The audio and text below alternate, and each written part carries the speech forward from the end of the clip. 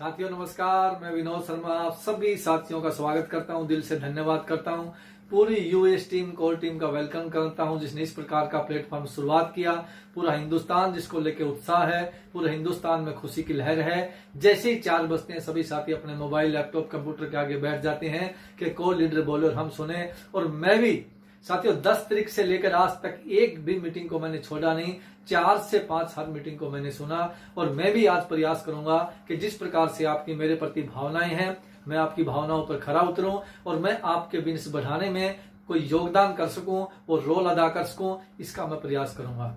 जैसे मैंने बताया साथियों, मेरा नाम विनोद शर्मा है। लगभग 18 से 19 वर्ष का समय मेरे को आरसीएम बिजनेस के अंदर हुआ है। किस प्रकार से मैं आरसीएम के अंदर आया, किस प्रकार से मेरी शुरुआत हुई, मैं वो कहानी मेरी शुरुआत में आपके सामने शेयर करूंगा। साथियों, जींद से भिवानी रोड पर ईगरा मेरा गांव है, वहां मेरा जन्म हुआ। 22 वर्ष तक मैं वहां रहा। ग्रेजुएट में हूं, मैंने बीए किया हुआ है। उसके बाद मैंने 1 साल का कंप्यूटर कोर्स किया हुआ है।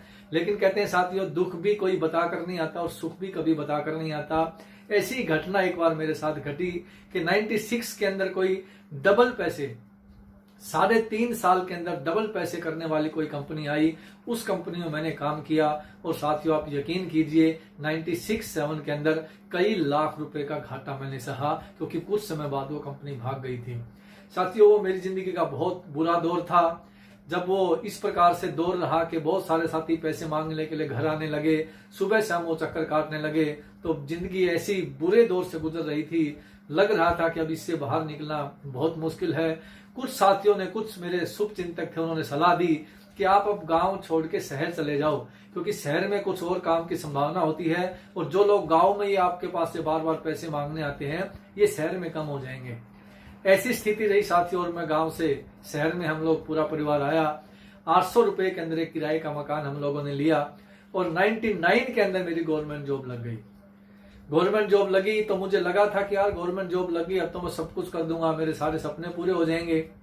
लेकिन ऐसा नहीं हुआ दोस्तों, क्योंकि जो पहली सैलरी मेरे को मिली तो मेरे सारे सपने टूट गए कि इस सैलरी से मेरा गुजारा भी होना मुश्किल है। ये पैसे चुकाना तो दूर की बात है, मेरा तो समय ही पास होना इस नौकरी से संभव नहीं है। और वही हुआ दोस्तों, इस प्रकार से जिंदगी कटने लगी। धीरे धीरे धीरे धीरे जितने लोग मेरे से पैसे मांगते थे, जितने लोगों का मेरे ऊपर उधार था, जितने लोगों का पैसे मैंने जमा करवा था, धीरे धीरे वो सारा जो तनख्वाह का पैसा था वहां जाने लगा और गुजारा करना मुश्किल हो गया। लेकिन एक दिन मेरी जिंदगी में ऐसा आया दोस्तों, मैं जिस स्कूल में जॉब करता था उसी स्कूल में मैं 99 से वहां पे जॉब करता था, 1999 से उस स्कूल के अंदर।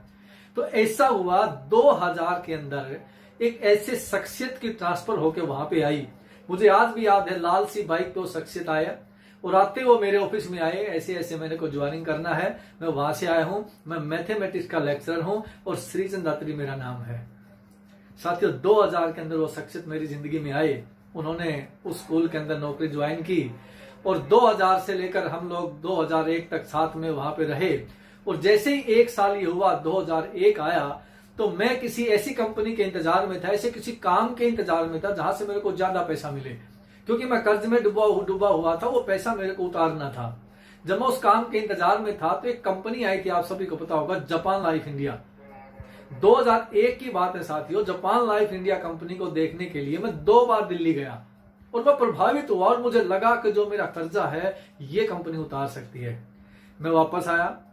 अत्री साहब मेरे बहुत अच्छे मित्र बन चुके थे। जैसे उनका पीरियड खाली होता था, हम दोनों एक साथ बैठ के चाय पीते, बातचीत करते और इसी प्रकार से स्कूल का समय चला जाता, घर आ जाते। और जैसे ही मैं दिल्ली से जब वो कंपनी का प्लान देख के आया तो मैंने अत्री साहब को बोला कि साहब ऐसा प्लान मैं देख के आया हूं, अब तो बहुत बढ़िया कंपनी है वो, बस आप 1 लाख रुपए तैयार कर लो और अब तो अपना बिजनेस चलेगा और सारा मेरा कर्ज उतर जाएगा और अपने सारे सपने पूरे हो जाएंगे। साथियों, अत्री साहब से इस प्रकार की बात कर ही रहा था, 4 दिन 5 दिन बीते। अचानक अत्री साहब मेरे पास आते हैं, कहते यार तू 1 लाख रुपए की बात कर रहा था, 1 लाख छोड़ तू 1000 रुपए तैयार कर, ऐसी कंपनी कोई आई है। मैंने कहा सर कमाल की बात है, 1 लाख रुपए कहां, 1000 रुपए, ऐसी कौन सी कंपनी आई है? बोले हाँ 1000 रुपए तू तैयार कर, 1000 रुपए में काम चल जाएगा। थोड़ा बहुत वो 1200-1300 ऐसी कुछ बात कर रहे थे, यानी कि नियर अबाउट 1000 रुपए की उन्होंने मेरे सामने बात की। मैं खुश हुआ, 1 लाख कहां 1000, अगर 1,000 रुपए से कोई बिजनेस चलता है, 1,000-1,200 से कोई बिजनेस चलता है, तो ये तो बहुत बढ़िया है, मैं तो इसमें बहुत आगे निकल जाऊंगा। 1,000-1,200 तो कुछ बात ही नहीं है, कहाँ 1 लाख रुपए। तो मैंने कंपेरिजन किया बार बार 1 लाख रुपए से। और जैसे ही इस प्रकार 4-5 दिन बीते, अत्री जी मेरे को बोलते कि एक मीटिंग हाउस में चलेंगे, एक मीटिंग हाउस में चलेंगे। साथियों, जब वो मीटिंग की बात आती तो लगभग मैंने भी ये किया, सर कल चलेंगे। और कल करते करते 5-6 दिन बीत गए और 5-6 दिन बाद एक मीटिंग में हम लोग गए। जींद के स्कीम नंबर 6 के अंदर एक किसी शॉप के अंदर वो मीटिंग थी, छोटी सी मीटिंग थी, 8-10 लोग वहां पे थे। वहां पे उन्होंने पूरा प्लान बताया और वहां पे एक चीज उन्होंने बताई कि 5 साल वो कर रहे थे, 5 साल, 5 years, 5 साल वो बात कर रहे थे कि 5 साल आपको देने हैं, 5 साल आपको देने हैं। मैंने कहा 5 साल की क्यों बात कर रहे हैं, 4 की, 6 की क्यों नहीं कर रहे? 5 साल बाद आपकी जिंदगी बदल जाएगी। इस प्रकार से उन्होंने एक प्लान दिखाया। कंज्यूमर, रिटेलर, इस प्रकार से होलसेलर, जो अपना प्लान है वो उन्होंने प्लान दिखाया। जितना मेरे को समझ में आया मैंने उस प्लान को समझा। लेकिन मेरे को एक चीज वहां पे समझ में आई कि यार इनका प्लान सही है और जो इनकी कंपनी है वो भी सही है, क्योंकि ज्यादा पैसा लेते नहीं, नुकसान होने का खतरा ही नहीं है। क्योंकि कहते हैं ना, जो आदमी पहले डरा हुआ होता है वो किसी भी काम को देखता तो वो डर जाता है। तो वही मेरे को पहले वाला जो भय था वही सता रहा था कि किस प्रकार से मैं और ना डूब जाऊं। लेकिन वो खतरा था ही नहीं, क्योंकि कंपनी अगर 1200-1300 रुपए ले रही थी उसके बदले में कपड़ा दे रही थी। मैं बाहर निकला, अत्री साहब को बोला, सर ये काम करेंगे, बिल्कुल करेंगे, ये प्लान भी सही है, इसमें तो करना ही कुछ नहीं। बीच वाले लोग निकल गए और सीधा कंपनी से सामान लेना है।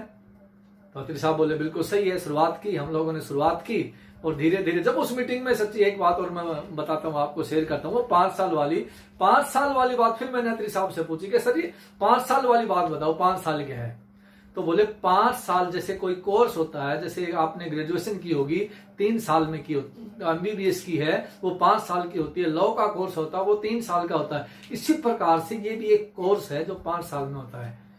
मैंने कहा सर बिल्कुल मैं इस कोर्स को करूंगा और ये तो मैं बहुत सारे लोगों को ज्वाइनिंग करवा दूंगा। ये तो आसान है, रुपए 1,000-1,200 लगते हैं, उसके बदले में 3 पैंट और 3 शर्ट का कपड़ा मिल जाता है। साथियों, हमने उसी वक्त फॉर्म लिया, मैंने फॉर्म साइन किया, उसको भरा और काम करना शुरू कर दिया। लेकिन जैसा सोचा था दोस्तों वैसा हुआ नहीं। मैं ये समझ रहा था कि मैं तो जिसके पास जाऊंगा ज्वाइन कर लेंगे, कोई दिक्कत नहीं आएगी। लेकिन ऐसा नहीं हुआ दोस्तों। जिसके पास मैं गया, क्योंकि एक तो मेरी उम्र छोटी थी, 24 साल की उम्र थी मेरी 2001 में जब मैंने आश्रम की शुरुआत की। तो जब मेरी उम्र छोटी थी तो उम्र को देखते हुए, साथ ही विश्वास नहीं, कुछ मेरा पुराना जो काम था जिसमें मैंने पैसे लगवाए थे वो कंपनी भाग गई थी, वो चीज मेरे साथ बहुत लंबी चली। जिसके पास मैं जाता वही बोलते अच्छा आप फिर आ गया, उसमें तो उसके पैसे लुटवा दिए, इसमें उसके पैसे लगवा दिए, इस प्रकार की कहानी आज फिर। साथियों, लेकिन फिर भी मैंने हिम्मत नहीं आ रही, बार बार अपलाइन के साथ, बार बार अत्री साहब ने बहुत बड़ा मेरा सपोर्ट किया, दिल से सपोर्ट किया। जब भी मैं गिरता अत्री साहब मुझे सामने मिलते और मुझे उठा लेते, और वहीं पर वत्स साहब होते, उन्होंने भी बहुत बड़ा सपोर्ट किया। लेकिन जो आपकी नियरेस्ट अपलाइन होती है फिर भी वो आपका ज्यादा, उसका रोल ज्यादा होता है। तो अत्री साहब का मेरी जिंदगी में बहुत बड़ा रोल रहा। और देखते ही देखते 4-5 ज्वाइनिंग उस महीने मैंने करवाई। 637 रुपए का मेरा पहला चेक आया। जब पहला चेक आया तो मैं बड़ा खुश हुआ, यार 637 रुपए का चेक आया। ऐसे नहीं आते थे चेक कि अभी ऑनलाइन ट्रांसफर होगा, ये नहीं था, एक स्टेटमेंट आती थी। वो स्टेटमेंट रखिए, मैं दिखाऊंगा आपको, देखिए किस प्रकार से ये मेरी पहले चेक की स्टेटमेंट आई थी। 637 रुपए की मेरी ये पहली स्टेटमेंट आई थी।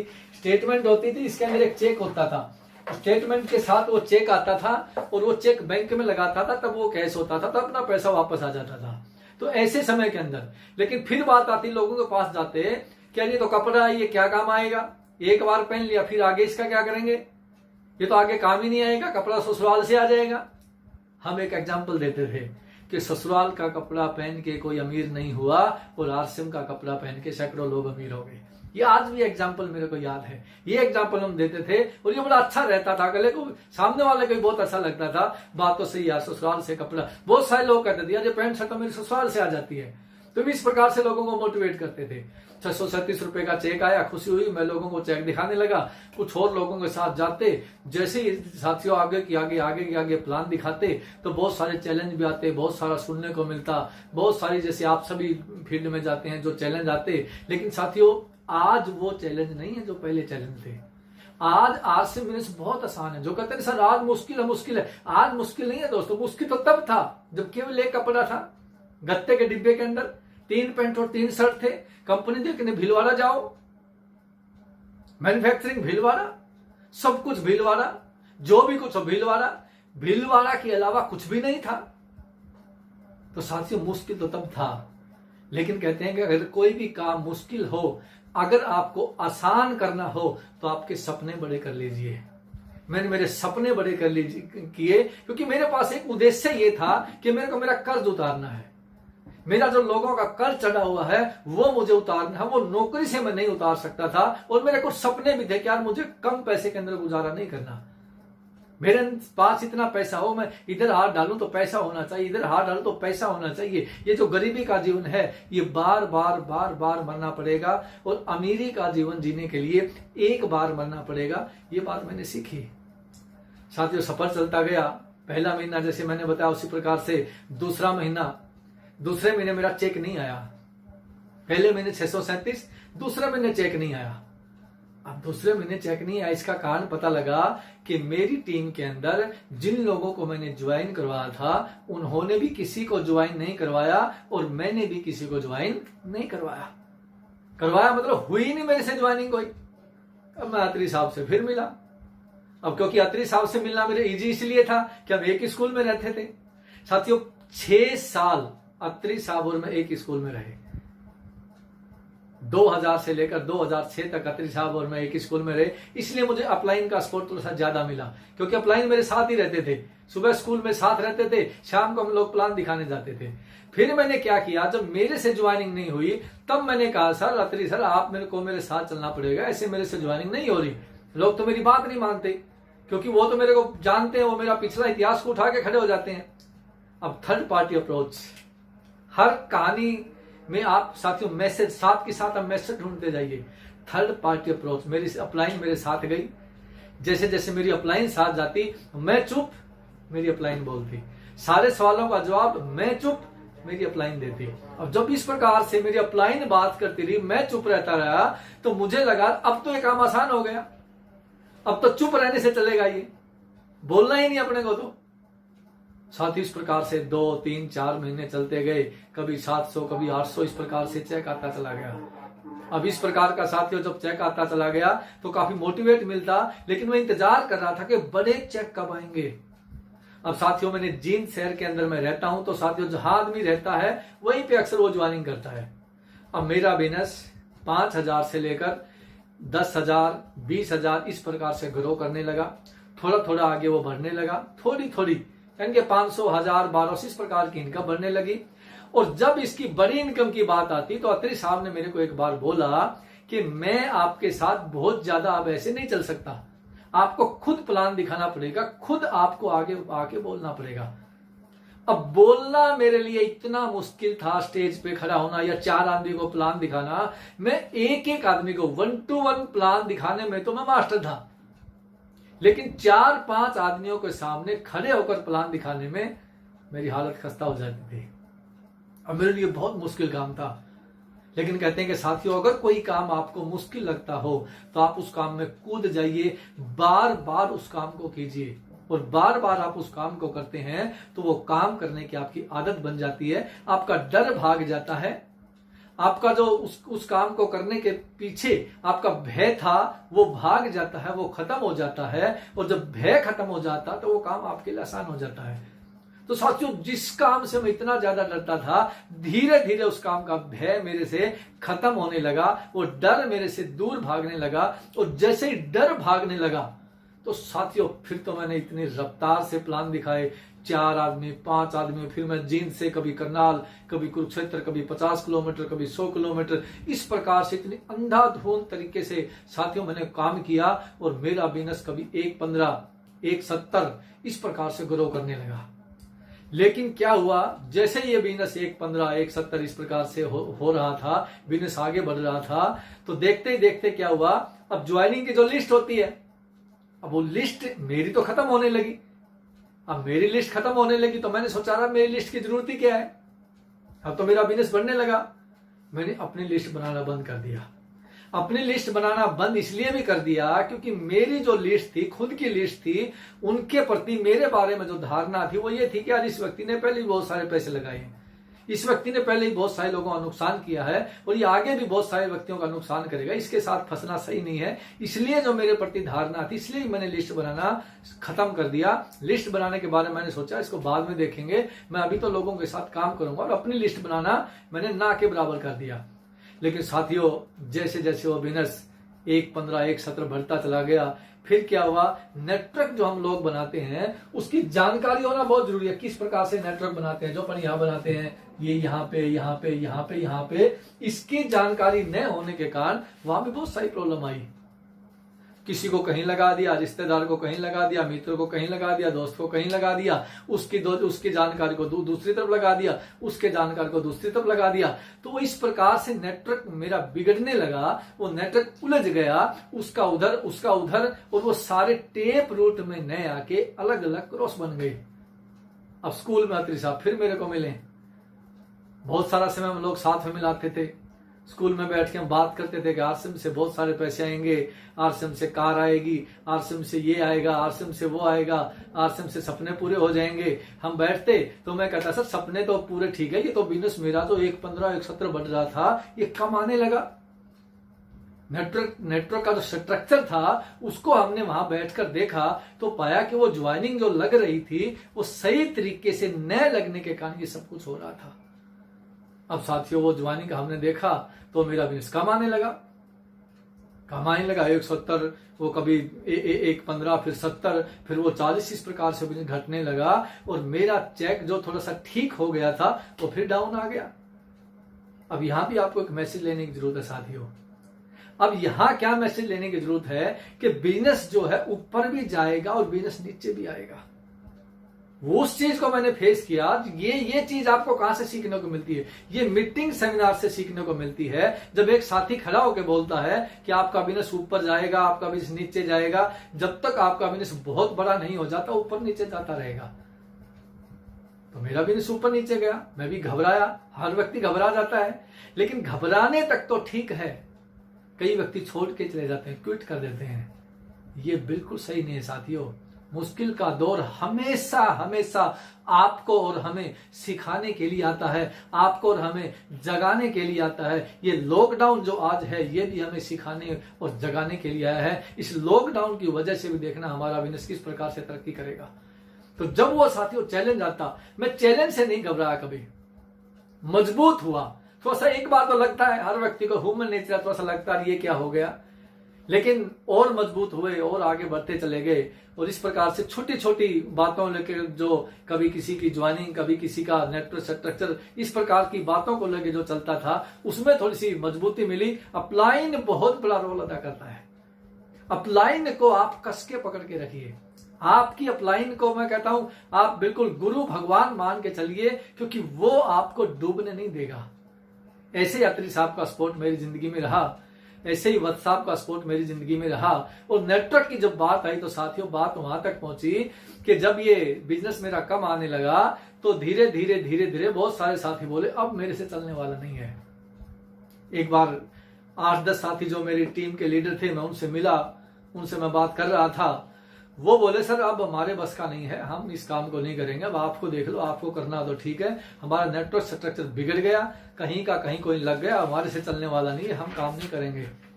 साथियों लगभग मैं कुछ ही लोगों के साथ खड़ा रह गया। लेकिन मैंने एक बात सीखी थी मीटिंग के माध्यम से, अपलाइन के माध्यम से, कि आपकी 2 तरह की लिस्ट होती है।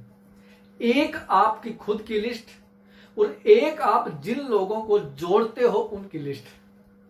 और साथियों प्रहलाद सर की मैंने मीटिंग देखी थी, प्रहलाद सर ने भी यही बात बोली थी, आपको याद होगा कि लिस्ट पे जो आपकी टीम की लिस्ट है वो भी तो आपकी लिस्ट है। और बिल्कुल जो प्रहलाद सर ने बोला था मैंने वही किया था कि मैंने अपनी लिस्ट की बजाय फिर लिस्ट की लिस्ट पे काम करना शुरू कर दिया। और एक आदमी ने मेरे को एक डायरी में लिख के दिया कि ये फरीदाबाद का एक एड्रेस है, ये DR कथुरिया है, मैं तो बिजनेस को नहीं करूंगा, अगर आपको बिजनेस करना हो तो आप इस जगह चले जाइए। वो साथी अगर बिजनेस कर ले तो आपकी बात बन सकती है। साथियों मैं तो चाहता यही था कोई एड्रेस मिले और मैं उसको करूं और उस पर जाऊं मैं किस प्रकार से किस प्रकार से उसको मैं अपनी टीम को आगे लेके जाऊं। मैं तो चाहे ही यही रहा था और वही हुआ। साथियों, मैंने क्या किया कि संडे के दिन, क्योंकि मैं नौकरी करता था, गवर्नमेंट जॉब थी मेरी, एजुकेशन डिपार्टमेंट के अत्री साहब के साथ, जैसे मैंने बताया, एक स्कूल में नौकरी करते थे। और मैं साथियों बीच में आपको यह भी बात बताऊं कि बहुत सारे लोग ये कहते हैं मेरे पास तो समय नहीं है, मेरे पास समय नहीं है। साथियों, समय हमारे पास भी नहीं था, समय मेरे पास भी नहीं था। नौकरी के साथ साथ हमने उस समय को मैनेज किया। छुट्टी के बाद हम लोगों ने सारे का सारा, जो आज तक जिस प्रकार से अपने साथ जो अपनी टीम है, सारे की सारी हम लोगों ने उसको पार्ट टाइम मैनेज किया। 2006 तक पार्ट टाइम करते करते मैंने अपने बिजनेस को उठाया। तो समय उसके पास नहीं होता जिसके पास सपने नहीं होते। जिसके पास सपने होते हैं उसको समय कभी भी कुछ नहीं कहता। आपके सपने बड़े होने चाहिए। आपके सपने अगर बड़े हैं तो समय कभी भी आपके लिए मुसीबत खड़ा नहीं हो सकता।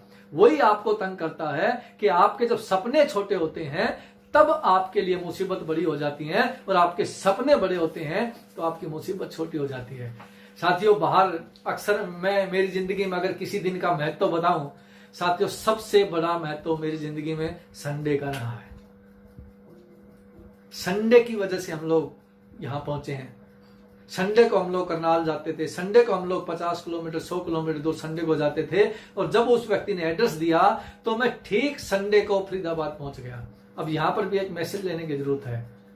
बहुत सारे साथी क्या करते, बहुत सारे साथी इस जगह पर ये करते कि पहले वो उससे बात करते, या आज भी किसी के सामने यही स्थिति हो तो बहुत सारे साथी ऐसे करेंगे, पहले उस साथी से बात करेंगे, सर ऐसे ऐसे बिना समय आऊं, वो तो उस पर डिपेंड करता है क्या बोलेगा। आऊं भी बोल सकता है और नहीं आऊं भी बोल सकता है, आ जाओ भी बोल सकता है, मत आओ भी बोल सकता है, लेकिन मैंने ऐसा नहीं किया। मैं साथियों सीधे का सीधा फरीदाबाद पहुंच गया। फरीदाबाद जाके मैंने उस व्यक्ति को फोन किया। लैंडलाइन उस वक्त होते थे, मोबाइल वगैरह थे ही नहीं उस वक्त। लैंडलाइन से मैंने उस व्यक्ति को फोन किया। ये बात सर लगभग 2002 के शुरुआत की है। 2001 के अंदर तो हमने अपने जींद के आसपास शुरू किया था, और 2002 में जब पता लगा कि इस बिजनेस को बाहर ले, अगर आपको सुरक्षित रखना है, इस बिजनेस को सक्सेस रखना है, तो आपको बाहर निकलना पड़ेगा। और साथियों, फरीदाबाद जाके मैंने उस व्यक्ति को फोन किया। हेलो, मैं विनोद शर्मा बोल रहा हूं और आपसे मिलना चाहता हूं। कहां से आए हो? मैंने कहा जींद से। बोले जींद से बोल रहे हो? नहीं सर, जींद से नहीं बोल रहा, मैं फरीदाबाद आ गया हूं। बोले अच्छा, आ ही गए हो, फिर तो आ जाओ। साथियों, मैं गया DR कथुरिया के पास। मैंने उसको ऐसे ऐसे प्लान दिखा, ये हमारा प्लान है। वो बोले प्लान तो ठीक है आपका, लेकिन एक साथी और हैं, वो यस करेंगे तो हम इस काम को करेंगे, और हमने जिस काम को किया है या तो किया ही नहीं, क्या बहुत बड़े तरीके से किया है। तो साथियों, मैं बड़ा खुश हुआ कि यार अगर ऐसा हो जाए, ये साथी मेरी टीम में जुड़ जाए, ये तो कहता है कि किसी भी काम को बड़े तरीके से किया है, ये तो मेरी टीम में बहुत बड़ा मील का पत्थर साबित हो सकता है। लेकिन अगर जिस व्यक्ति को इसने बुलाया है वो व्यक्ति अगर मना करेगा तो ये तो उस पर डिपेंड हो गया। साथियों, वो व्यक्ति बोला थोड़ी सी वेट करो, वो व्यक्ति आने वाले हैं।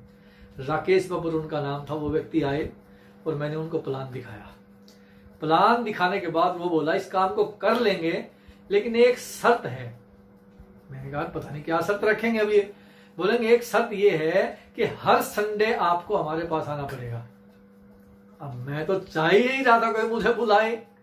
हर संडे क्या, मैं तो सैटरडे भी आ जाऊंगा, आप बुलाओ, काम करने वाले बनो। तो साथियों, मैंने उनको बोला यस, मैं बिल्कुल आऊंगा आपके साथ, हर संडे को आऊंगा और काम करूंगा। साथियों, वहां से बिजनेस की और शुरुआत हुई।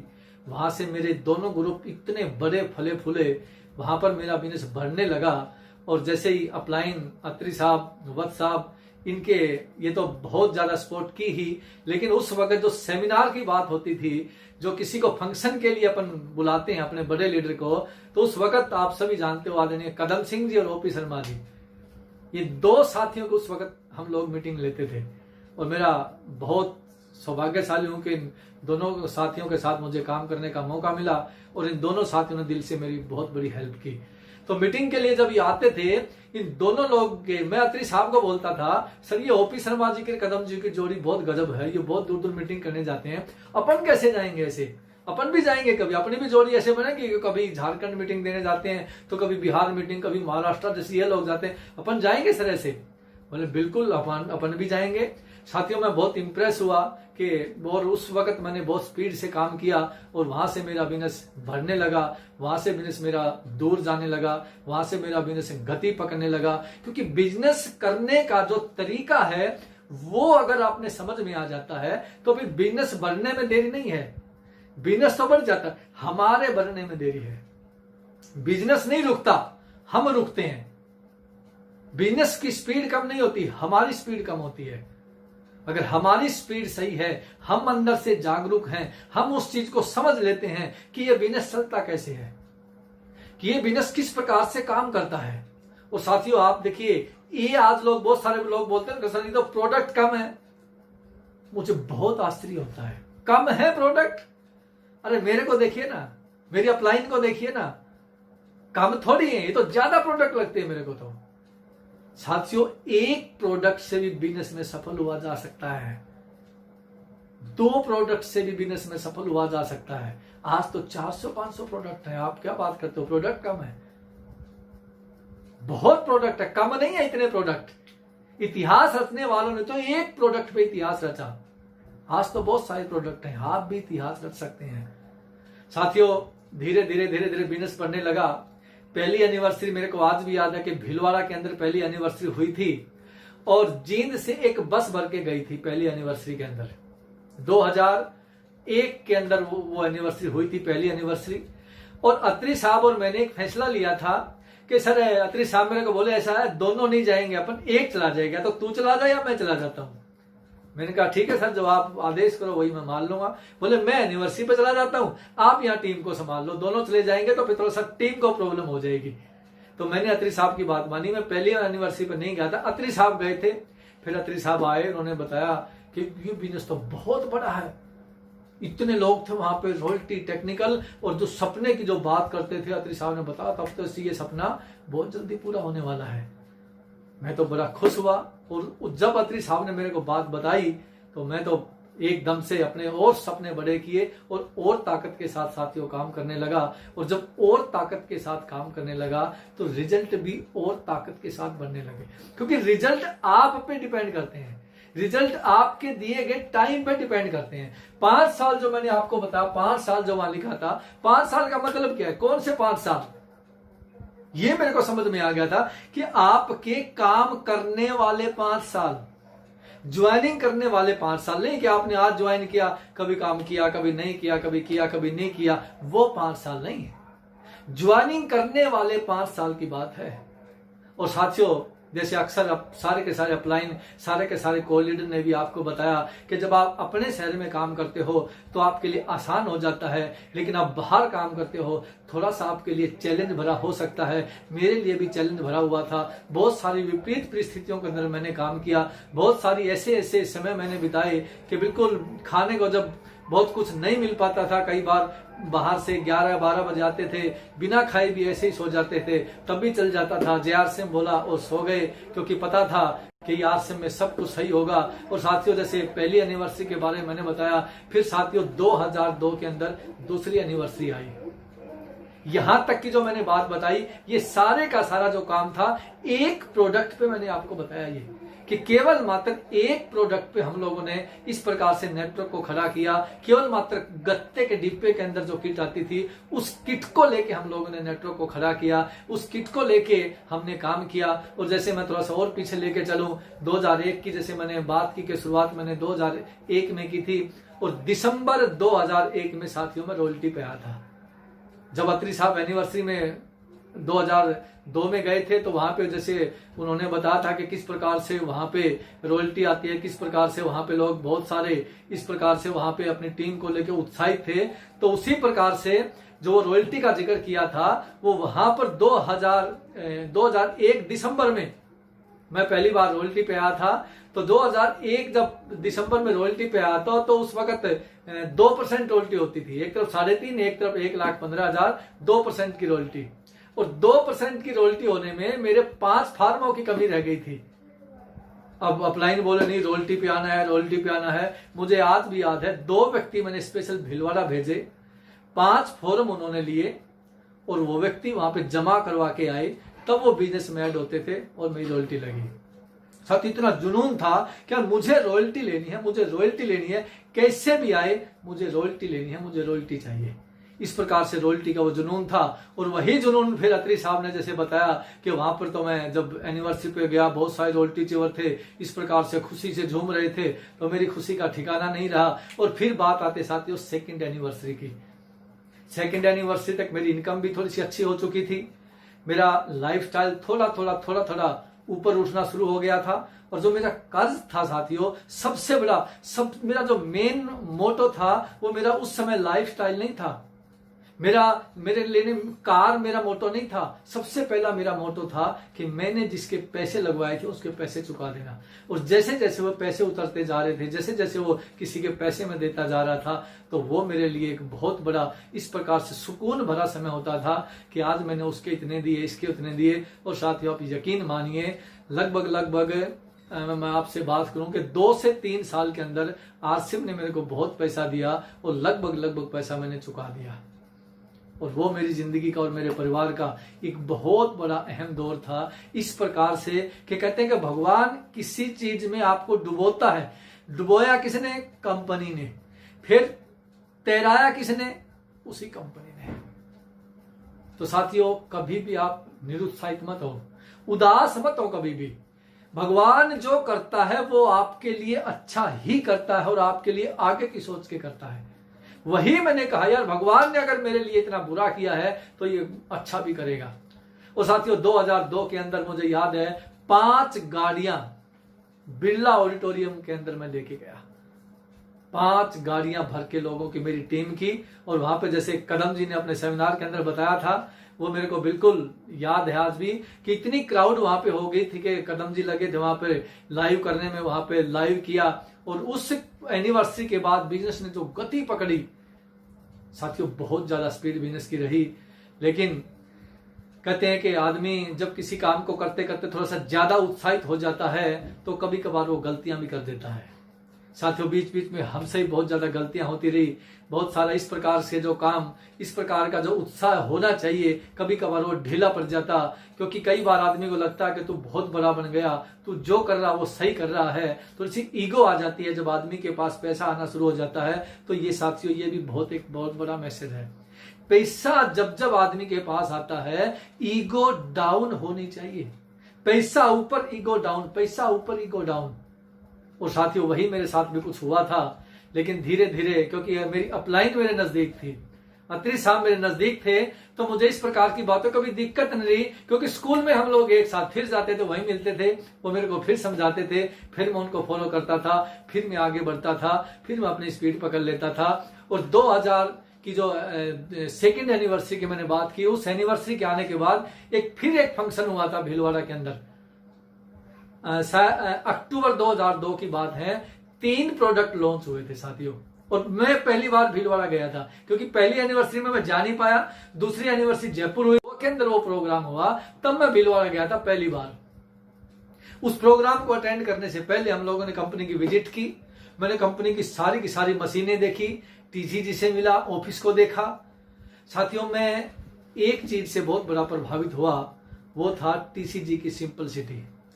मैंने कहा इतना साधारण व्यक्ति किसी कंपनी का मालिक है तो कोई रोक नहीं सकता हमारी कंपनी को नंबर 1 होने से। और साथियों वही हुआ। और आज आप देखते हैं कि उसी शख्सियत की, उस सिंपलिसिटी की वजह से ही आज हमारी कंपनी नंबर 1 है। आज हम सबसे बड़ी कंपनी कह सकते हैं। और जब वो प्रोग्राम हुआ साथियों, वो रात का प्रोग्राम था, अक्टूबर 2002 रात्रि का वो प्रोग्राम था। वो प्रोग्राम में 3 प्रोडक्ट लॉन्च हुए थे, एक पेस्ट, एक नहाने का साबुन, एक कपड़े धोने का साबुन। तब तक हम लोग केवल मात्र कपड़े पे काम करते थे। फिर मैं आपको वही बात बता रहा हूं कि प्रोडक्ट की वजह से आदमी नहीं जीतता, अपने अंदर लिए गए कमिटमेंट की वजह से जीतता है। आपके काम की वजह से आप जीतते हैं। प्रोडक्ट तो बहुत ज्यादा हो सकते हैं, बहुत कम भी हो सकते हैं, लेकिन अगर आपने ठान लिया मुझे जीतना है तो आप जीत सकते हैं। और आपने मान लिया कि मैं जीत नहीं सकता तो फिर आप हार जाते हैं। ठान लो, मान लो तो जीत आपकी है। और हार जाओ, हार के बारे में सोचने लगे तो हार आपकी है। तो साथियों फिर इसी प्रकार से जब वो प्रोडक्ट आए साबुन और पेस्ट जब प्रोडक्ट आए साथियों, उनकी गुणवत्ता जो थी, वो क्वालिटी जो थी, वो उतनी अच्छी नहीं थी। हम क्या करते थे, जैसे वो साबुन आई, बहुत सारे लोग बोलते सर ये साबुन तो बहुत ज्यादा घिसती है। हम लोग बोलते थे, उनको मोटिवेट करते थे, ठीक है यार घिसेगी तभी तो वॉल्यूम बढ़ेगा और लेके आओगे। कोई साथी बोलता था सर ये तो घिसती नहीं है। हम बोलते थे अच्छी बात तो है, घिसती नहीं है तो कम लानी पड़ेगी। इस प्रकार से हम लोग उनको मोटिवेट करते थे। पेस्ट आई साथियों, पेस्ट बाद में निकलता, पहले पानी के वो ऐसे कैप सी बन जाती, पक पक पक वो निकलती थी पेस्ट से, 2-3 मिनट में जाके बाद में पेस्ट निकलती। लेकिन साथियों कहते हैं कि विजन अगर आपका क्लियर है, अगर आप दूरदृष्टि हैं, तो हमें पता था कि यार जब ये गत्ते के डिब्बे ने इतना बड़ा काम कर दिया तो ये 3 प्रोडक्ट आज कैसे भी हैं, आगे आने वाले समय में प्रोडक्ट बढ़िया भी आएंगे, ये अच्छे भी होंगे। और जब ये ऐसे प्रोडक्ट हैं, इनकी क्वालिटी उतनी अच्छी नहीं है, तब भी ये इतने अच्छी प्रकार से चल रहे हैं, हम लोग अपना काम कर रहे हैं। जब इनकी क्वालिटी सही हो जाएगी तो हम कहां जाएंगे। आज भी जब मेरे को लोग मीटिंगों में मिलते हैं, बोलते हैं सर मेरे से कोई ज्वाइन नहीं होता, मेरे से कोई जुड़ नहीं रहा, तो उसको सुन के मैं बहुत मोटिवेट होता हूं कि इससे आज भी कोई जुड़ नहीं रहा, आज इसके साथ कोई आ नहीं रहा, उसके बाद भी अपना बिजनेस इतना बड़ा है, डेली ज्वाइनिंग बढ़ती जा रही है, डेली लीडर बढ़ते जा रहे हैं। जब इन लोगों से ज्वाइनिंग होनी शुरू हो जाएगी, जब ये लोग बिजनेस करना शुरू कर देंगे, तो हम कहां जाएंगे साथियों। बहुत बड़ा बिजनेस होगा, बहुत बड़ा बिजनेस। और इसी प्रकार से अक्टूबर 2002 के फंक्शन की बात जैसे मैंने बताई कि 3 प्रोडक्ट हुए थे, 3 प्रोडक्ट के बाद तो साथियों प्रोडक्ट की श्रृंखला बढ़ती चलेगी, बढ़ती चलेगी, बिजनेस का कारवां बढ़ता चला गया, बढ़ता चला गया। बहुत सारे प्रोडक्ट ऐड होते रहे। कभी साथियों आने वाले जाने वाले, साथियों ये तो ट्रेंड है, इसकी आपको टेंशन नहीं लेनी, इसकी चिंता नहीं लेनी। ये तो ट्रेंड है, ट्रेन की तरह चलता रहेगा। कोई साथी उतरा, कोई बैठ गया, कोई उतरा, कोई बैठ गया। लेकिन आपको ये ध्यान रखना है कि अगर वो ट्रेन जींद से बॉम्बे, दिल्ली से बॉम्बे जाएगी और आपको बॉम्बे जाना है, तो रास्ते में मत उतरना आप। साथियों मेरे पास भी बहुत चैलेंज आए, मैं भी रास्ते में उतर सकता था। अदर कंपनी की जो बात करते हैं बहुत सारे लोग, बहुत सारी कंपनियां आई।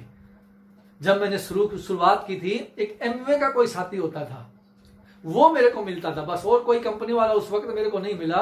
वो एमवे वाला ये कहता था सर क्या आप ये चवन्नी ठन्नी 1000 रुपए कपड़ा, वो कहता था चवन्नी ठन्नी में आप क्या कर लोगे। मैं बोलता था ये मेरी चवन्नी ठन्नी एक दिन तेरे 500 के नोट पे भारी पड़ेगी। और वही हुआ दोस्तों, इस चवन्नी ठन्नी ने इतना बड़ा काम कर दिया कि आज हिंदुस्तान की सबसे बड़ी कंपनी बन गई। तो साथियों भगवान की अगर देर है, अंधेर नहीं है। आप चलते रहे, एक एक रखा गया कदम, एक एक आगे बढ़ाया गया कदम, उसका फायदा आपको देगा। ये एक एक दिखाया गया प्लान रंग लाएगा एक दिन। समय लग सकता है, हो सकता वो प्लान आपका आज सक्सेस हो जाए, हो सकता प्लान आपका कल सक्सेस हो जाए, लेकिन 100% सक्सेस होगा। एक भी दिखाया गया प्लान आपका खाली नहीं जाएगा। साथियों आज मेरे को लगभग 18-19 साल इस कंपनी में काम करते हो गए। आज भी बहुत सारे लोग उस वक्त के कहते हैं सर आज हमारे समझ में आ गया, आज हमारी ज्वाइनिंग करनी है। हो सकता वो समझ में 2 साल बाद आए, हो सकता समझ में 5 साल बाद आए, हो सकता 10 साल बाद आए, लेकिन समझ में आएगा। लेकिन आप नहीं रुकना, आप चलते जाना। आप रुक गए तो उसको समझ में आएगा और फिर वो समझाने के लिए आपके पास फिर आएगा कि सर जब आप मेरे पास समझाने आए थे तब तो मैं नहीं समझ पाया, अब मैं आपको समझाने के लिए आया हूं कि आप जिस काम को कर रहे थे सही था। अब उस वक्त क्या सोचोगे आप, क्या इस बंदे को मैं समझाने गया था, आज ये मेरे को समझाने आ गया। और साथियों 2002 के बाद 2003, 2004, 2003 में कुछ ऐसी घटना घटी, ये थोड़ा सा इस प्रकार की कुछ गतिविधि हुई कि बहुत सारे सीनियर अपलाइन कुछ इस प्रकार की अदर्स कंपनी में इन्वॉल्व हुए, वो आप सभी जानते हैं। लेकिन चलता रहा, हम मोटिवेट नहीं हुए। अत्री साहब और वक्त साहब और हम सारे जब इकट्ठे हुए कि ऐसे ऐसे कुछ अपने अपलाइन छोड़ के जा रही हैं, अपने को क्या करना चाहिए, तो सबने मिलकर ऐसी सलाह बनाई कि कुछ भी हो जिएंगे आरसीएम के साथ, मरेंगे आरसीएम के साथ, चाहे डाउनलाइन छोड़े चाहे अपलाइन छोड़े, कोई नहीं छोड़े, हम आरसीएम ही करेंगे और आरसीएम ही करते जाएंगे। ये हमने डिसीजन वहां पे लिया था और इस प्रकार से ये कारवां बढ़ता चला गया। फिर आता है 2004, पार्ट टाइम ही मैं करता रहा, स्कूल में जाता रहा, आरसीएम करता रहा, स्कूल में जाता रहा, मीटिंग करता रहा। बीच के जो 5 दिन थे वो 50 से 100 किलोमीटर दूर में जाता। सैटरडे संडे मैं 400 500 इस प्रकार से कितनी भी फिर दूरी पे ग्रुप मिल जाए मैं वहां पे जाता। और फरवरी 2004 का फिर समय आया जहां पर मेरी शादी हुई। मैं तब रॉयल्टी पे था। जब मेरी मिसिज मेरे से बात करती है कि ये क्या काम है आपका, इसमें क्या करना पड़ता है। मेरे को तो बताया गया था कि आप नौकरी करते हो। मैंने कहा बिल्कुल सही, मैं नौकरी करता हूं। मैंने उसकी मेरी स्टेटमेंट दिखाई इस प्रकार से, जो ये स्टेटमेंट है देखिए, ये मैंने सारी में ये आज तक पूरी स्टेटमेंट रखी है। तो जब दिखाई कि देखो इस प्रकार का मैं बिजनेस भी करता हूं और इससे अपनी जिंदगी बदलेगी, इससे अपनी जिंदगी और आगे बढ़ेगी, इससे अपना लाइफस्टाइल और बदलेगा। पहले की कहानी मैंने बताई कि इससे मैंने इस प्रकार से कर्ज था सब वो इस बिजनेस से उतारा है, तो वो बहुत मोटिवेट हुई। फिर हम लोगों ने फिर जब पत्नी का सपोर्ट मिलता है तो कहते हैं ये बिजनेस और बड़ा हो जाता है। आप काम करने वाले, काम करने के 2 तरीके हैं, एक तो अंदर से काम और एक बाहर से काम। एक तो फिजिकली आप करते हो और एक अंदर से आपको जो सपोर्ट मिलती है वो भी आपका काम करना माना जाता है। तो साथियों जब काम किया उस प्रकार से 2004 और 22 फरवरी को मेरी शादी थी और फिर 29 फरवरी को कुरुक्षेत्र के अंदर एक बहुत बड़ा प्रोग्राम था। आप सभी जो पुराने साथी, सीनियर साथी हैं, बीसी छाबड़ा सर वहां पे आए थे। वहां पे एक बहुत बड़ा शानदार फंक्शन हुआ था। वहां मेरी मिसिज गई थी और वहां पे उसने जब देखा कि मुझे रॉयल्टी की स्टेज पे बुलाया गया तो वो खुश हुई कि ये मेरे हीरो हैं, आज रॉयल्टी अचीवर पे हैं। इन हजारों की भीड़ से इसको रॉयल्टी के नाम से बुलाया गया है, रॉयल्टी अचीवर के रूप में बुलाया गया है। वो साथियों बहुत खुश हुई और 2004 के बाद से मेरा बिजनेस स्पीड पकड़ते चला गया और चलते चलते 2005, 2006 और मैं आपको अब थोड़ा सा दिखाऊंगा कि किस प्रकार से इनकम। ये मैं पहला दिखाता हूं साथियों। ये मेरा पहला चेक आया था 637 रुपए का, ठीक 637 रुपए। ये स्टेटमेंट अगर आपको दिख रही है, मैं आपको समझाना चाह रहा हूं कि किस प्रकार से ये बिजनेस आपका गति पकड़ता है। पहला चेक 637। अब आप समझिए इस बात को। ठीक एक साल बाद साथियों लिखा है 21,295, ठीक 1 साल बाद। अब देखिए साथियों, जब मेरे को ठीक 2 साल हुए साथियों, मेरा चेक आता है 6,011। अब आप बोलेंगे ये क्यों? मैंने आपको बताया था मेरी कहानी के अंदर कि पीछे टीम खराब हो गई थी, नेटवर्क सही नहीं बनाया, जिसकी वजह से चेक कम हो गया। तो बिजनेस कम होगा तो चेक भी कम होगा। उसके बाद ठीक 1 साल बाद साथियों मेरा चेक फिर आता है 31,949। अब ये साल हुए साथियों 3। ठीक चौथी साल जब मेरे को ठीक 4 साल हो गए तो साथियों मेरा चेक आता है 76,641। 211552 मेरी आईडी है, आप इसको चेक कर सकते हैं। लेकिन मैंने आपको शुरुआत में बताया था 5 साल का गेम है। 5 साल मेरे को समझ में आए थे कि 5 साल अगर जीत जान लगा के इस बिजनेस में काम कर लिया तो साथियों सारे पिछले जितने भी हमारे गरीबी थी, जितने भी हम लोग जिस प्रकार से रहते तो सब कुछ बदल सकता है। और आप साथियों अपने घरों में बैठे मुस्कुरा दें, अभी सारे जहां पर आप बैठे हो तालियां बजा दें। आप तालियां मेरे लिए नहीं बजाएं, आपकी कामयाबी के लिए बजाएं, क्योंकि जब मुझे 5 साल हो गए थे मेरा चेक आता है 1,75,565 रुपए। साथियों ये वर्ष हो गया था फरवरी 2006। समझिए आप इस बात को साथियों, 637 रुपए से 5 साल के अंदर 1,75,565 रुपए तक का मेरा चेक पहुंच गया था। ये साथियों ये आरसीएम की खूबी थी, ये हमने दिल से काम किया उसका परिणाम था, ये हमने कंपनी पे विश्वास किया उसका परिणाम था। साथियों अगर आप विश्वास करते हैं किसी भी चीज पे, लेकिन मगर सबसे पहले आप पे तो विश्वास कीजिए। कंपनी कैसी है, कंपनी किस प्रकार से काम करती है वो बाद की बात है, आप अपने ऊपर विश्वास कीजिए। आप कैसे हैं, आपको क्या करना है, आपको करना है या नहीं करना है। किसी और के कहने से आप डगमगा तो नहीं जाएंगे, किसी और के कहने से आपका विश्वास तो नहीं खत्म हो जाएगा। अगर ऐसा है कि आप किसी और के कहने से आपका विश्वास नहीं डगमगाएगा तो साथियों आप निश्चित रूप से आपकी जीत है। अब एक और एग्जांपल मैं आपको दिखाता हूं। पहले साल साथियों जब मुझे 2001 की बात करता हूं, मैं टोटल इनकम की बात करता हूं, 2001 के अंदर मेरी टोटल इनकम आती है 96,706। समझिए आप इस चीज को, 5 साल का गेम है। 5 साल में किस प्रकार से आपका गेम बदल जाता है। सेकेंड ईयर जो बात है 2002 के अंदर मेरे पास टोटल इनकम आती है 2,30,709। अब समझिए तीसरे साल जो मेरे पास इनकम आती है 2003 के अंदर 3,08,116 रुपए। अब साथियों चलते हैं 2004 में। 2004 में मेरी इनकम आती है 8,30,630। और साथियों जब मेरे 5 साल मुझे होते हैं साथियों मेरी इनकम आती है उस साल 16,13,410। अब इस बात को समझिए, यहां पे ये समझने की बात है।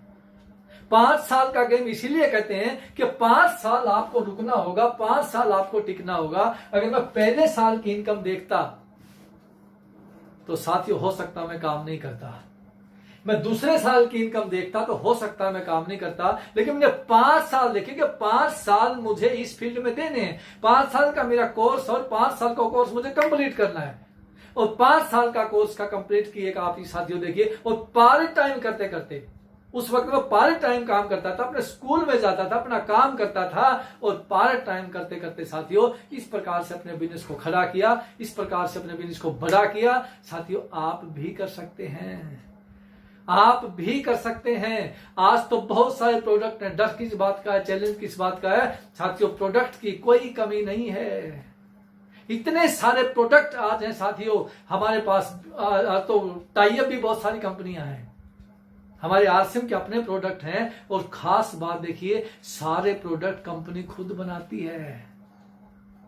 और जितने भी हमारे टाई अप के प्रोडक्ट हैं साथियों, Harit Sanjeevani, Nutricharge, Good Dot, Health Guard, ये सारे प्रोडक्ट भी इस प्रकार के इनकी कंपनी के मालिक हैं। हम सबसे मिले हैं, बिल्कुल दिल से काम करते हैं। अब मैं साथियों थोड़ा सा आपको उसके बारे में बताता हूं। जो हमारे प्रोडक्ट हैं उसके बारे में भी आपको थोड़ा सा अवेयर होना पड़ेगा। जैसे साबुन, तेल, शैम्पू है। अब साबुन तो साबुन का काम करती है, तेल तेल का काम करते हैं, इसमें बहुत ज्यादा एक्सपर्ट हम हो नहीं सकते। लेकिन जो टाई अप के प्रोडक्ट हमारे, इस पे थोड़ा सा अपने को जागरूक होना पड़ेगा। टाई अप के प्रोडक्ट पे हमें क्यों जागरूक होना पड़ेगा, क्योंकि जितने प्रोडक्ट अभी, जैसे बहुत सारे लोग बोलते हैं सर मैं पढ़ा लिखा नहीं हूं, तो आप हरित संजीवनी पे काम कीजिए। पढ़ा लिखा नहीं हूं तो हरित संजीवनी पे काम कीजिए। थोड़े से ज्यादा पढ़े लिखे यानी कि 8-10 पढ़े लिखे हैं तो गुड डॉट हेल्थ गार्ड पे काम कीजिए। और थोड़े से और पढ़े लिखे हैं तो साथियों आप न्यूट्रिशन पे काम कीजिए। एक एक्सपर्ट पे आपको, एक प्रोडक्ट पे आपको एक्सपर्ट होना पड़ेगा। किसी भी प्रोडक्ट पे आप एक्सपर्ट हो जाइए ताकि आपका बड़ा वॉल्यूम आपको वहां से मिले। और बड़ा वॉल्यूम मिलेगा तो आपकी पिन जल्दी आएगी, आपकी रॉयल्टी टेक्निकल जल्दी आएगी। तो साथियों ये सिलसिला चलता रहा। और जैसे मैंने बताया था कि कुछ अपलाइन हमारी जब इस प्रकार से कहीं और इन्वॉल्व हुई तो साथियों 2 गई तो 2 वापस आ गई, 2 वापस फिर आ गए, जिनका मेरी जिंदगी में बहुत बड़ा रोल है। 2 का तो मैंने बता ही दिया। वैसे तो सभी का रोल होता है साथियों, एटमॉस्फेयर का रोल होता है, क्रॉस लाइन का रोल होता है, बहुत सारा रोल होता है। फिर भी साथियों अपलाइन तो अपलाइन है। अपलाइन तो अपनी बहुत बड़ी भगवान के रूप में होती है। अत्री साहब का जैसे मैंने बताया, उनका तो मैं जितना बखान करूं, मैं 1 घंटा का 2 घंटा भी बखान करता हूं तो भी कम है। वत्स साहब इतनी सिंपल पर्सनैलिटी, बहुत बड़ी सहायता उन्होंने मेरी की, बहुत प्यार मान सम्मान उन्होंने दिया, बहुत बड़ा रोल उनका रहा। और फिर साथियों 2 अपलाइन आई, आदरणीय मुकेश कोठारी सर और आदरणीय बीसी सर। और इतने मोटिवेशन के साथ बीसी सर का तो वो एक क्वालिस लेके चलते थे। वो बोलते थे 1 तारीख से मैं घर से निकलता हूं, 30 तारीख को जाता हूं। तो साथियों बीसी सर का मेरी जिंदगी में, मेरे बिजनेस में बहुत बड़ा रोल रहा। आदरणीय कोठारी सर का मेरे बिजनेस में बहुत बड़ा रोल रहा। और तमाम अपलाइन जिनका मैं नाम नहीं ले पा रहा हूं, जितनी क्रॉस लाइन जिनका मैं नाम नहीं ले पा रहा हूं, उनका भी बहुत बड़ा रोल रहता है। क्योंकि साथियों माहौल में अगर खुशबू होती है तो सबको खुशबू आती है, माहौल में बदबू होती है तो सबको बदबू आती है। तो साथियों इसी प्रकार से माहौल आपको बनाना है, इसी प्रकार से खुशबू वाला माहौल आपको बनाना है। खुशबू वाला माहौल बनेगा तो सबको खुशबू आएगी, बदबू वाला माहौल बनेगा तो सबको बदबू आएगी। तो साथियों 5 साल आज आप भी टारगेट बनाइए। आज 2020 है, मैं कहता हूं पिछला छोड़ दीजिए, आप फिर आगे आप 5 साल का टारगेट बनाइए और 2025 तक जो मैंने किया, आप नेगेटिव मत होइए। चैलेंज को आप मजबूती के साथ स्वीकार कीजिए और जब आप चैलेंज को मजबूती के साथ स्वीकार करते हैं, नेगेटिविटी को पार कर जाते हैं और फिर वो 5 साल आप काम करते हैं। साथियों 5 साल यूं मत गिनिए, आज ज्वाइन किया 1 महीना हो गया, 2 महीने हो गए, 1 साल हो गए, 2 ऐसे साल मत गिनिए। साल गिनने से थोड़ी, बच्चा स्कूल में जाए, काम नहीं करे, पढ़े नहीं और कहे मेरे को 1 साल हो गया, 2 साल, उससे क्या फर्क पड़ता है। काम करते करते वाले 5 साल हमने साथियों रेगुलर काम किया, रेगुलरिटी बनाई रखी, रेगुलर प्लान दिखाया। जैसे जैसे स्थिति आई वैसे वैसे, जैसे जैसे प्रोडक्ट थे वैसे वैसे प्रोडक्ट पे काम किया। एक प्रोडक्ट था तो एक प्रोडक्ट पे काम किया, 2 थे 2 पे किया। ये नहीं कि सर ये तो वो आ जाएगा तो मैं ये कर दूंगा, फला प्रोडक्ट आ जाएगा तो मैं ये कर दूंगा, वो नहीं कर दूंगा। नहीं, आज जो प्रोडक्ट है उस पर आपने क्या किया, आज पे डिपेंड करता है। आज जितने प्रोडक्ट हैं उस पे अगर आप काम कर सकते हो तो आपकी जीत पक्की है। प्रोडक्ट तो आएंगे साथियों, आप अपना नेटवर्क तो बढ़ाइए। आपके नेटवर्क में 1000 व्यक्ति हैं और 2 प्रोडक्ट और आ जाते हैं तो साथियों आपका बिजनेस कितना बढ़ जाएगा, उसी लेवल पे, उसी अनुपात में। लेकिन आपके नेटवर्क में 5000 लोग हैं, फिर 2 प्रोडक्ट आते हैं तो आपका बिजनेस कितना बढ़ जाएगा। लेकिन साथियों अगर आपके नेटवर्क में 10,000, 20,000, 50,000 लोग हैं, फिर 2 प्रोडक्ट आ जाते हैं, फिर आपका बिजनेस कितना बढ़ेगा। इसलिए आप प्रोडक्ट पे फोकस मत कीजिए, वो तो कंपनी का काम है, छोड़ दीजिए आप उसको। कंपनी देखेगी कितना प्रोडक्ट आएगा, कब आएगा, वो कंपनी देखेगी, आपका काम नहीं है। आपका काम है नेटवर्क बनाना, नेटवर्क बढ़ाना और नेटवर्क दौड़ाना। 3 चीजें मैंने बोली है, नेटवर्क बनाना, नेटवर्क को चलाना और नेटवर्क को दौड़ाना। पहले आप नेटवर्क बनाइए, फिर इसको चलाइए। गाड़ी चलती है ना, गाड़ी को स्टार्ट करते हैं धीरे धीरे, फिर गाड़ी चलाते हैं, फिर गाड़ी को दौड़ाते हैं। दौड़ाएंगे नहीं तो गाड़ी पहुंचेगी नहीं। ऐसे ही नेटवर्क में भी आपको सबसे पहले, आपको मैं लिख देता हूं, सबसे पहले आपको नेटवर्क बनाना है, फिर आपको नेटवर्क चलाना है, फिर आपको नेटवर्क दौड़ाना है। बनाने से बात नहीं बनेगी, चलाना पड़ेगा। चलाइए साथियों, काम कीजिए। साथियों गरीब आदमी के पास भी 24 घंटे हैं, अमीर आदमी के पास भी 24 घंटे हैं। क्या 24 घंटे बढ़ाए जा सकते हैं? क्या समय बढ़ाया जा सकता है? बढ़ाया जा सकता है। पता है कैसे समय बढ़ाया जा सकता है? सुबह आप उठते हैं 8 बजे, 6 बजे उठिए, कितने घंटे बढ़े? 2। आप सोते हैं 9 बजे, 11 बजे सोइए, कितने घंटे बढ़े? 2, बढ़ गए 4 घंटे। और आरसीएम में काम कितना करना है? 4 ही घंटे काम करना, लो आगे 4 घंटे। आप काम करने वाले बने साथियों, सब कुछ आपके साथ है, सारी स्थितियां आपके साथ हैं। आप काम करने वाले बनो, आपकी अपलाइन आपको गिरने नहीं देगी। हमारे कंपनी के मालिक जैसी शख्सियत के साथ हम लोग जुड़े हैं, आदरणीय टीसी छाबड़ा सर। साथियों बहुत बड़ी शख्सियत के साथ हम लोग जुड़े हैं, बहुत बड़ी पावर के साथ हम लोग जुड़े हैं, बहुत बड़ी ताकत के साथ हम लोग जुड़े हैं। वो हमें गिरने नहीं देंगे। 11 का वो समय आपने देखा होगा साथियों, एक सामान्य आदमी होता तो टूट जाता, लेकिन वो सामान्य आदमी नहीं है, वो साधारण आदमी नहीं है, असाधारण आदमी है। तमाम विपत्ति आने के बाद भी उन्होंने एक ही बात बोली कि आरसीएम के बिना तो मेरा परिवार रह ही नहीं सकता, आरसीएम के बिना तो मैं रह ही नहीं सकता। आरसीएम तो हमारी जान है, जिएंगे आरसीएम के साथ, मरेंगे आरसीएम के साथ। जिस कंपनी के एमडी का इस प्रकार से मोटो है, जिस कंपनी का इस प्रकार से बातचीत वो करते हैं कि मैं जीऊं मरूं आरसीएम के साथ का, साथियों फिर हमें डरने की कोई बात नहीं है, हमें किसी प्रकार से कोई घबराने की बात नहीं है। बस हमें तो पूरा ध्यान देना है हमारे नेटवर्क के ऊपर, हमें पूरे का पूरा फोकस रखना है हमारी टीम के ऊपर। खुद खड़े होके लिखना शुरू कर दीजिए, खुद खड़े होके बताना शुरू कर दीजिए, खुद खड़े होके आप दौड़ना शुरू कर दीजिए। कहते हैं जो व्यक्ति चल सकता है वो दौड़ भी सकता है, और जो दौड़ना सीख गया वो जीतना सीख गया। भूल जाइए साथियों कितने पढ़े लिखे हैं आप, भूल जाइए मैं कम पढ़ा लिखा हूं, कोई बात नहीं। आप बस ये याद रखिए कि अब मुझे आरसे में आके कितना काम करना है, अब मुझे आरसे में आके बहुत कुछ करना है, अब आरसे में आके मेरे को मेरे सपने पूरे करने हैं। और साथियों इसी प्रकार से मैंने सपने पूरे किए। सबसे पहला मेरा सपना, मेरा कर्ज उतारना, वो मैंने उतारा। उसके बाद मेरा लाइफस्टाइल। आज साथियों आरसीएम का दिया हमारे पास सब कुछ है। परमात्मा का शुक्रिया अदा करते हैं, हे परमात्मा आरसीएम तूने दिया। और आज किसी भी प्रकार की कोई भी लाइफस्टाइल की चाहे बात करें, चाहे गाड़ी की बात करें, चाहे बंगले की बात करें, चाहे बैंक बैलेंस की बात करें, चाहे किसी आदर्श जो भी आज लाइफस्टाइल होता है किसी की बात करें, आज आरसीएम की वजह से सब कुछ सही है साथियों। जिनकी मजे से चलती है, आज भी काम करते हैं, आज भी अपनी टीम के साथ रेगुलर काम करते हैं, टीम को सपोर्ट करते हैं। इसी प्रकार से आपको करना है। और साथियों आने वाला समय, जैसे अत्री साहब बार बार अपने जो मेरी अपलाइन है वो बार बार नेटवर्क के फ्यूचर को दिखाते हैं। वो जब भी आप अत्री साहब को सुनेंगे वो फ्यूचर की बात करेंगे कि आने वाला समय नेटवर्क मार्केटिंग का है। और बिल्कुल सही, मैं भी इसी बात पे स्टैंप लगाता हूं। मैं भी अभी एक किताब पढ़ रहा था, नेटवर्क मार्केटिंग सफलता की राह, मेरे पास रखी है किताब। मैंने इसके लगभग 8-10 चैप्टर पढ़े हैं। ये सारी किताब एक ही बात बोलती है कि आने वाला समय नेटवर्क मार्केटिंग का है और आने वाले समय में मेन रोल रहेगा इन 5 सालों का।